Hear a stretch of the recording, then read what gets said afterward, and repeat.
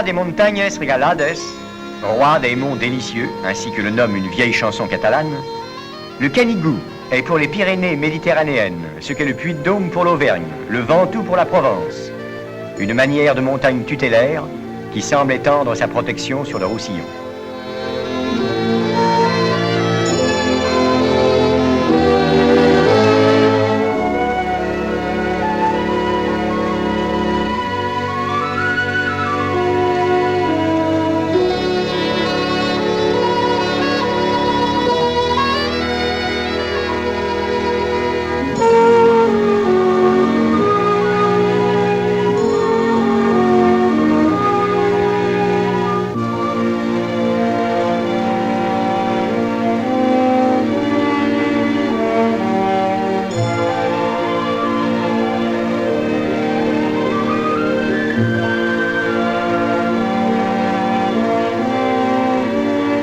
Sur le plus haut éperon du Canigou, tel un nid d'aigle, se dresse l'abbaye de Saint-Martin du Canigou, fondée en l'an 1001 par Guifred, comte de Cerdagne.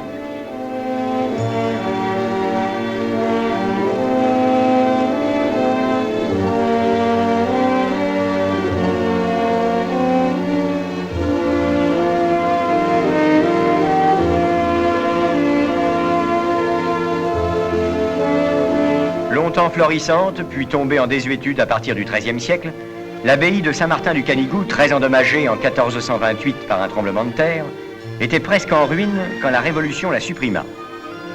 Redécouverte en quelque sorte par les romantiques, elle fut restaurée en 1902. Le tombeau du fondateur de Saint-Martin du Canigou est vide, comme sont vides de moines les cellules, les interminables couloirs, le cloître, vide de ces moines qui furent plus hommes d'action que contemplatifs.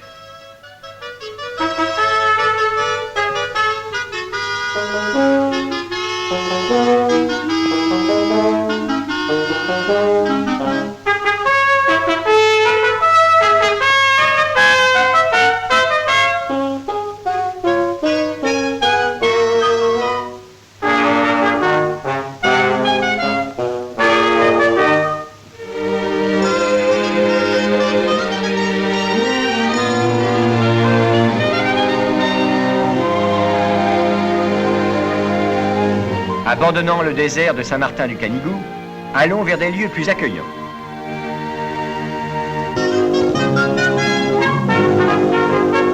Voici, dominé par les hauts contreforts du Canigou, Vernay-les-Bains. Sa vieille ville, aux maisons bigarrées, étagées sur la colline.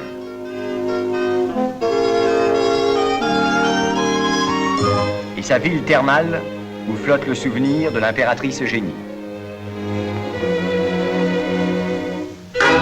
À Vernay-les-Bains, dont les eaux étaient déjà connues des Romains, on en est resté, comme dans toutes les montagnes des alentours, aux anciennes méthodes pour battre le blé.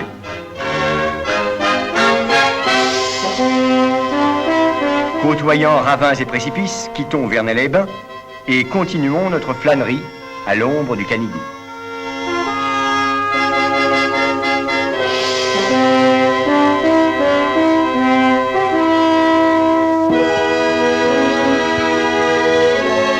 Vauban a entouré Villefranche de Conflans d'une muraille bastionnée qui épouse le tracé d'une plus vieille enceinte.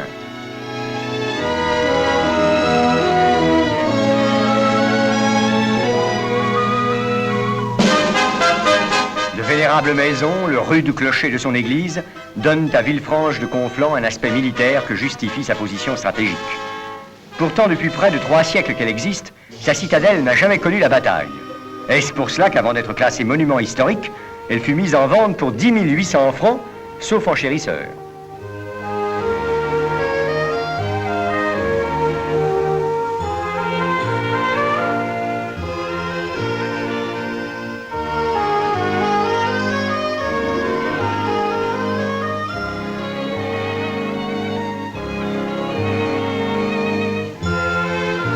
Dans la montagne, à proximité de la frontière espagnole, voici le village de Coustouge, où l'on fabrique encore à la main les belles espadrilles catalanes, ornées de broderies aux vives couleurs.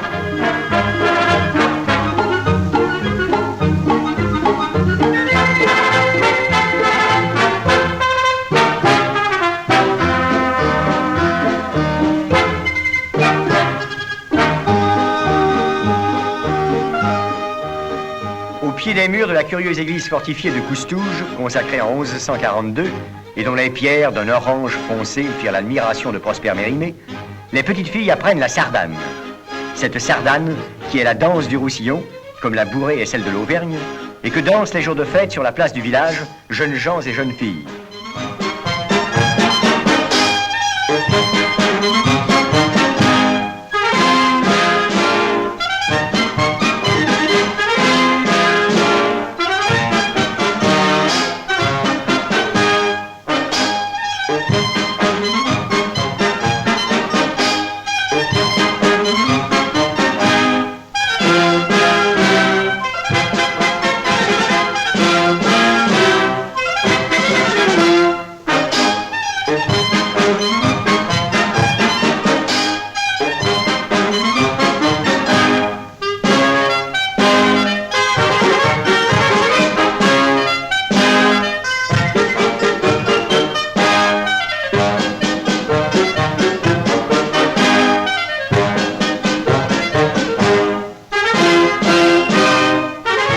À en croire Mistral, la sardane provient de la Grèce antique. Au son de la cobla, la pointe des espadrilles glissant légèrement sur l'ocre de la place, la sardane déroule sa géométrie savante et harmonieuse.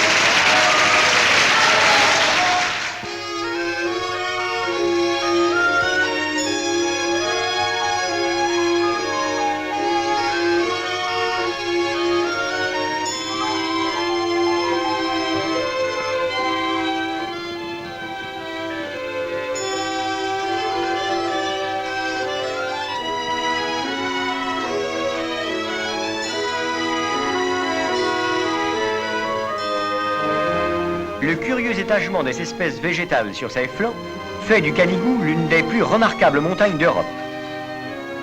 Ainsi, ce n'est qu'à 1745 mètres d'altitude que cessent les cultures.